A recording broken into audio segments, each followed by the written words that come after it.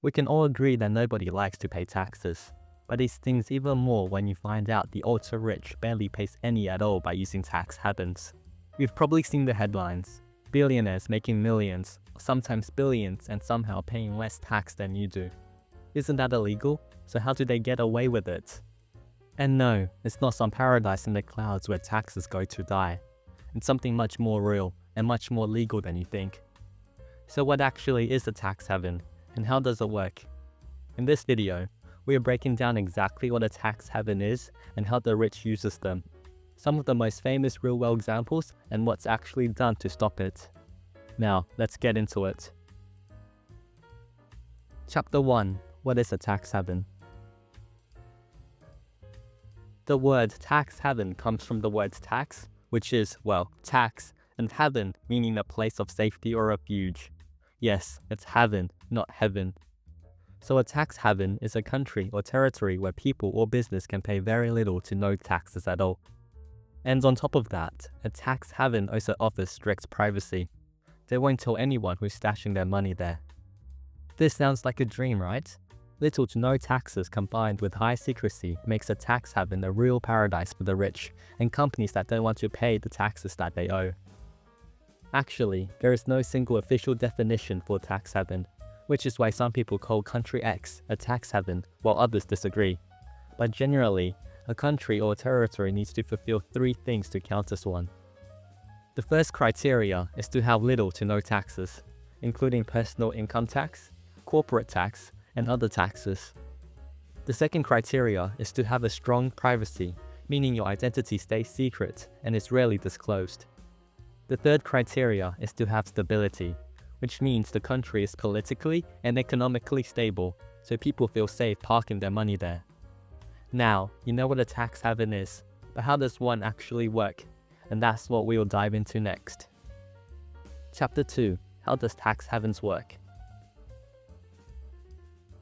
Since not paying taxes is often seen as unethical or controversial, tax havens use clever and complicated strategies to allow people and companies to illegally pay little or no taxes at all without making it look too obvious. And of course, it's not just about hiding the money under a mattress. The first trick is exploiting where a company is based. Different countries define tax residency differently. In Ireland, a company is taxed based on where it's managed. In the US, a company is taxed based on where it's registered. For years, this mismatch let companies fall through the cracks of both systems. Apple is the most famous example. It registered a subsidiary called Apple Operations International in Ireland, so the US didn't tax it since it wasn't registered in the US. But the company was actually managed and controlled from the US, so Ireland didn't tax it either, since Irish law only taxed companies controlled in Ireland. So the result is a subsidiary that wasn't considered a tax resident anywhere. A 2013 US Senate investigation found this structure, which let Apple shield around $44 billion in income from taxation between 2009 and 2012. That's not $44 billion in tax owed to anyone, but income that's largely escaped tax altogether. Ireland has since closed this specific loophole, and rules like controlled foreign corporation, called CFC laws, now exist in many countries specifically to stop this kind of profit shifting by taxing money parked in offshore subsidiaries, even if it's never brought home. The second trick is called transfer pricing. Transfer pricing ships profit to a low-tax country through internal transactions between a company and its own offshore branch. Let's use a fictional example, say Mango Shoe Corporation, based in the US and makes $2 million in revenue and $1 million in profits after production cost. Normally, that's taxed at 21%, or $210,000 in the US. Instead, Mango Shoe set up a branch in the Cayman Islands with zero corporate tax and transfers ownership of its intellectual property, the brand, patents, and designs to that branch. Now, when shoes sell, Mango Shoe Corporation in the US pay $900,000 in royalties to its own Cayman branch for the right to use that IP. That leaves just $100,000 in US profit, taxed at $21,000 instead of $210,000, while $900,000 sits untaxed offshore. The catch is getting that $900,000 back into the US without triggering tax. And the fix is an internal loan. The Cayman branch lends the money back to the US company.